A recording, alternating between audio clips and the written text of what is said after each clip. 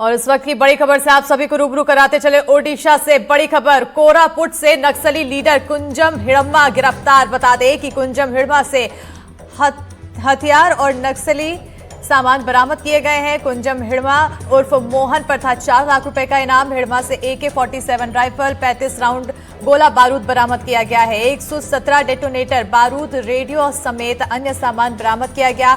मांडवी हिड़म्मा से अलग है नक्सली कुंजम हिड़म्मा उर्फ मोहन।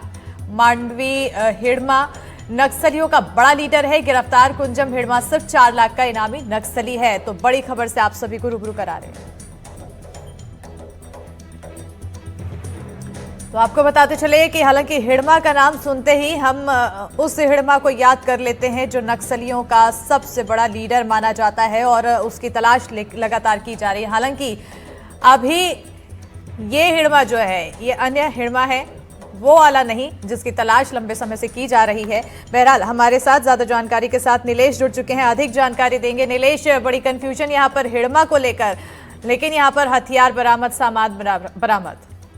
बिल्कुल, देखिए, जो छत्तीसगढ़ के पुवर्ती जिले का रहने वाला हिड़म्मा जो बटालियन नंबर 1 का मुखिया हुआ करता था और सबसे बसव राजू के मारे जाने के बाद अब अगर किसी की चर्चा हो रही है सबसे ज्यादा कि वो उसको कब पकड़ा जाएगा या उसको उसके साथ क्या होगा, वो हिड़म्मा का ही, जो मांडवी हिड़म्मा है उसकी चर्चा होती है। वैसे में एक मैसेज कोरापुट जो उड़ीसा का है वहां से आया कि हिड़म्मा गिरफ्तार हुआ है, तो लोगों ने ये अनुमान लगा लिया कि ये वही हिड़म्मा है जो जिसकी चर्चा हो रही है। लेकिन जब पुलिस ऑफिशियल से, कोरापुट के उड़ीसा के जो पुलिस ऑफिशियल्स हैं और उनकी प्रेस रिलीज है, उसको जब उसकी जानकारी ली गई तो पता चला कि ये हिड़म्मा उस हिड़म्मा से अलग है। ये हिड़म्मा मोहन हिड़म्मा, जिसको मोहन भी जिसका उपनाम है, वो है और उस पर महज 4 लाख रुपए का इनाम घोषित है। DVF का सदस्य था और इसको गिरफ्तार किया गया। इसके साथ AK-47 राइफल, हालांकि माओवादी कैडर में इसकी भी अपनी बड़ी भूमिका रही है और खासकर कोरापुट और उड़ीसा का जो मलकानगिरी का इलाका है उस इलाके में काफी सक्रियता रही है, जंगलों में इसकी भूमिका रही है नक्सल संगठन को मजबूत करने में। लेकिन ये हिड़म्मा उस मांडवी हिड़म्मा से अलग है जिसको लेकर पूरे देश में चर्चा होती रहती है। बिल्कुल। और एक जानकारी और दे दूं कि 2 दिन पहले ही उड़ीसा और छत्तीसगढ़ सीमा में सुंदरगढ़ के आसपास का एक इलाका है उड़ीसा जो के टेरिटरी में जो आता है, वहां पर एक बारूद से बड़ा जिलेटिन से भरा जो है वो ट्रक गायब हो गया था। उसके बाद पुलिस काफी ज्यादा सक्रिय हो गई थी और ये आशंका जताई जा रही थी कि नक्सलियों ने उस ट्रक को लूट लिया है। उसके बाद पुलिस लगातार सक्रिय थी उस इलाके में और उसके बाद इसे गिरफ्तार करने में कामयाबी मिली है। ये भी एक बड़ी कामयाबी है पुलिस और सुरक्षा बल के लिहाज से और नक्सल हिंसा विरोधी अभियान है उसके तहत। लेकिन जो चर्चा चल रही थी कि मांडवी हिड़म्मा जिसकी चर्चा होती है उसको गिरफ्तार कर लिया गया, वैसा नहीं है। ये हिड़म्मा उस हिड़म्मा से अलग है। बिल्कुल नीलेश, लेकिन ये वो हिड़म्मा जरूर नहीं है, लेकिन क्या किसी तरह का कनेक्शन है और इस हिड़म्मा से जुड़ी आखिर कुछ डिटेल?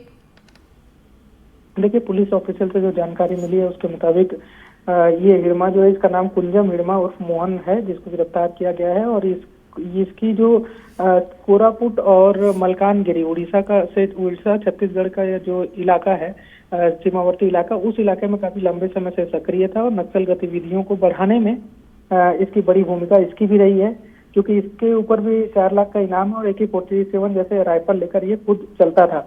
DVF का मेंबर भी है। तो ऐसे में मतलब नक्सलियों का नक्सल संगठन को मजबूत करने और उनके लिए काम करने में इसकी अपनी बड़ी भूमिका है, इससे इनकार नहीं किया जा सकता।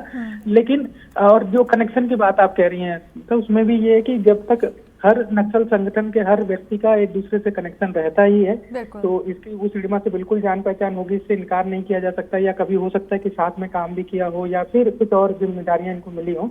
लेकिन जो चर्चा बार बार चल रही थी कि वो हिड़म्मा, क्या ये हिड़म्मा है, तो उस पर बिल्कुल, हालांकि NDTV शुरू से ही इस बात को कह रहा था कि ये वो हिड़म्मा नहीं है जिसकी चर्चा हो रही है और इसका प्रमाण भी पुलिस के द्वारा मिल गया है। बिल्कुल, क्योंकि अब इसकी गिरफ्तारी हुई है, कई सामान बरामद किए गए हैं। क्या कुछ गिरफ्तारी के साथ बरामद किए गए सामान, हथियार?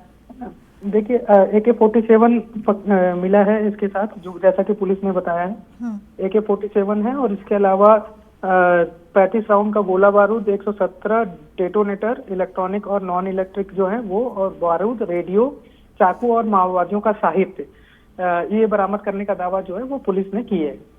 बिल्कुल। इसके अलावा अगर हम देखें तो किस तरह की गतिविधियों में कितना खतरनाक था कुंजम हिड़म्मा, ये अगर इसकी जानकारी, इसकी डिटेल मिल पाए? देखिए, लगातार अभी हमारी उड़ीसा पुलिस जो है, खासकर कोरापुट के जो ऑफिशियल्स हैं उनसे बातचीत करने की कोशिश भी हो रही है। कुछ बातें भी हुई हैं, तो उनका ये कहना था कि इसका इस इलाके में, उड़ीसा के इलाके में खासकर, वहां पर काफी लंबे समय से इसकी सक्रियता, इसके नेतृत्व में जो है वो माओवादी अलग अलग घटनाओं को अंजाम देने की कोशिश कर रहे थे, साजिश रच रहे थे। हालांकि तलाश भी पुलिस को काफी समय से थी इसकी, जिसमें सफलता मिली है। 28 मई को ही इसको जो है रात में गिरफ्तार किया गया, देर रात को 28-29 मई के बीच में, यानी कि अभी हाल में ही इसकी गिरफ्तारी हुई है। बिल्कुल, बहुत शुक्रिया नीलेश तमाम जानकारी देने के लिए। ज्यादा जानकारी के साथ हमारे सहयोगी नीरज तिवारी भी जुड़ चुके हैं। सीधा रुख करेंगे हमारे सहयोगी की ओर। नीरज, क्योंकि एक बड़ा कंफ्यूजन था, हालांकि नीलेश ने उस कंफ्यूजन को दूर जरूर किया है, लेकिन इस गिरफ्तारी के साथ भी कहीं ना कहीं कई तरह के कयास लगाए जा रहे हैं कि और भी डिटेल सामने आएगी, और क्योंकि इसका कनेक्शन उड़ीसा से था।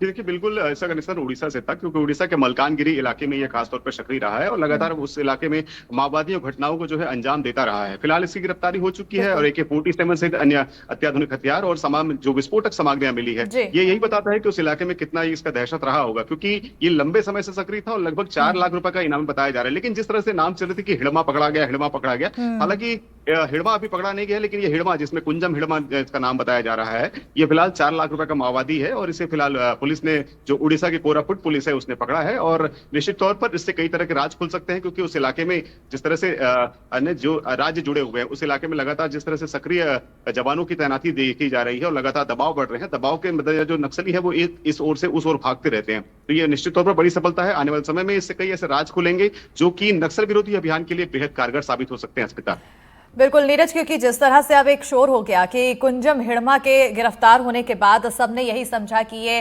माड़वी हिड़मा है, ऐसे में अब और भी ज्यादा इस बात की बन जाती है उत्सुकता कि आखिर माड़वी हिड़मा कब सुरक्षा बलों की गिरफ्त में होगा। जी देखिए, जिस तरह से आपको बता दूं कि बीजापुर के इलाके में जो कर्रेगट्टा की पहाड़ी थी, वहां पर जिस तरह से सूचना मिली थी कि बड़े संख्या में माओवादी कैडर के लोग वहां पर मौजूद हैं और उसमें हिड़मा भी मौजूद है, तो लगातार उसके जवानों ने 20 से अधिक दिनों तक घेरने की बात कही थी। हालांकि वहां से हिड़मा तो नहीं मिला, लेकिन काफी संख्या माओवादी जरूर मारे गए थे। तो हिड़मा का जो गाँव है, जो बीजापुर का इलाका है, पुवर्ती का वो इलाका है, उस इलाके से लगातार फोर्स की तैनाती के बाद से लगातार हिड़मा के लिए ऑपरेशन लॉन्च किए जा रहे हैं। लगातार जो है जवान अंदर भटक रहे हैं, अंदरूनी इलाकों में सर्च ऑपरेशन चला रहे हैं। लगातार बड़ी संख्या माओवादी मारे गए हैं। देखिए, बसव राजू मारा गया है। इसके अलावा हमने देखा था गरियाबंद में जो मुठभेड़ हुई और जो तेलंगाना में कई तरह की मुठभेड़ में सामने आई थी कि बड़े कैडर के माओवादी मारे जा रहे हैं। निश्चित तौर पर जो सफलताएं मिल रही है वो यही कह रही है कि आने वाले समय में भी अगर ऑपरेशन धीरे धीरे बढ़ते हैं और कहीं ना कहीं अगर ये बड़े कैडर के माओवादी जैसे कि मांडवी हिड़मा हो गए, देवा हो गए, ये अन्य माओवादी अगर उस इलाके में होते हैं तो निश्चित तौर पर वो मारे जा सकते हैं, क्योंकि लगातार फोर्स का दबाव बढ़ रहा है। पुलिस बार बार कह रही है कि समर्पण कर लीजिए और नक्सली यही कह रहे हैं कि हम शांति वार्ता करेंगे, बातचीत करेंगे, बार बार खत लिखा जा रहा है। बावजूद इसके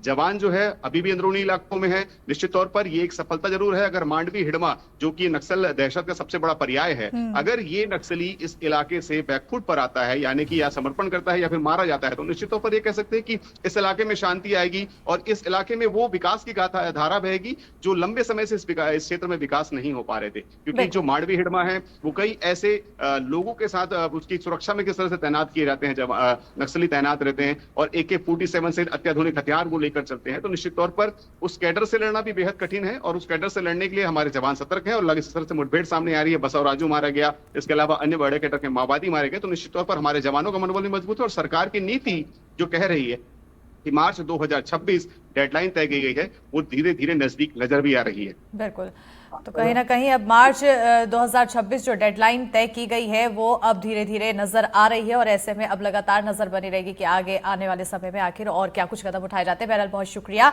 तमाम जानकारी देने के लिए नीरज।